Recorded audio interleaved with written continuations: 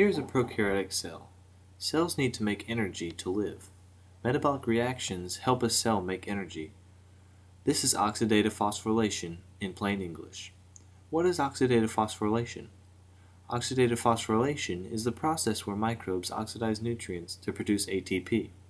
But what is ATP? ATP is the main source of energy for cellular functions. ATP is consumed by cells in energy-requiring processes. You can think of ATP as a coin. Cells are like carousels. You put the ATP coin in and the ride takes off. In the same way, ATP powers the machine that is the cell. Cells go through a series of respiratory steps. Oxidative phosphorylation is the final step in cellular respiration, following glycolysis and the citric acid cycle. Oxidative phosphorylation occurs here, in the inner cell membrane, between the periplasmic space and the intermembrane space. Oxidative phosphorylation uses a series of oxidation and reduction reactions. An easy way to remember oxidation and reduction is oil rig. Oil stands for oxidation is loss of electrons. The rig stands for reduction is gain of electrons. When a molecule is oxidized, it loses electrons, like this. When the molecule is reduced, it gains electrons, like that. One molecule that is commonly oxidized and reduced in the cell is NADH. When the nitrogen in the NAD+ gains electrons here, it is reduced to NADH, and vice versa.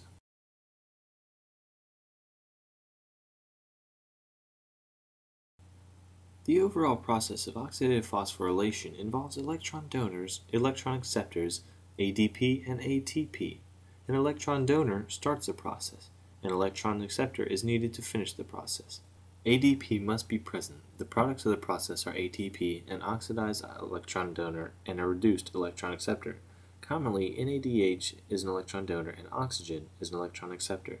As we learned before, NAD+ is the oxidized form of NADH, and H2O becomes a reduced form of oxygen. Oxidative phosphorylation uses what is known as an electron transport chain. Electron transport chain consists of protein complexes that have cofactors that assist in transferring electrons. All electron transport chains have a dehydrogenase and an oxidase. Some electron transport chains utilize what is known as a cytochrome BC complex. At the end of the electron transport chain, there is an ATP synthesizing complex called ATP synthase.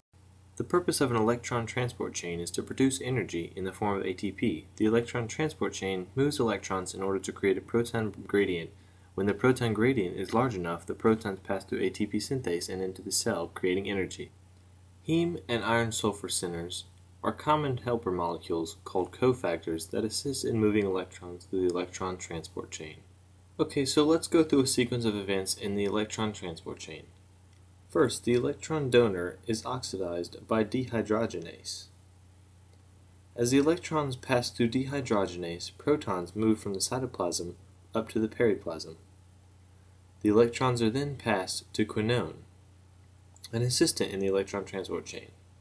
If present, the cytochrome BC complex receives the electrons from quinone. The cytochrome BC complex then pumps more protons through the membrane. The oxidase accepts the electrons from the cytochrome BC complex and uses a final electron acceptor to give away the electrons. The oxidase pumps more protons across the membrane. All of the complexes in the electron transport chain act as proton pumps.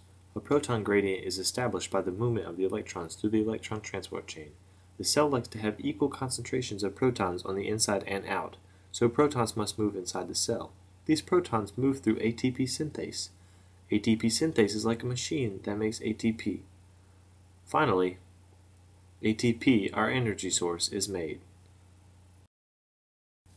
A couple of variations can occur in oxidative phosphorylation.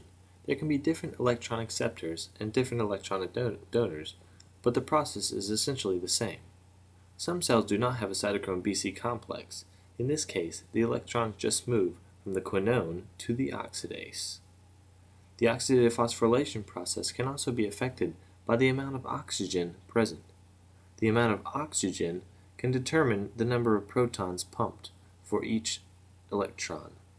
With higher concentrations of oxygen come more protons pumped per electron.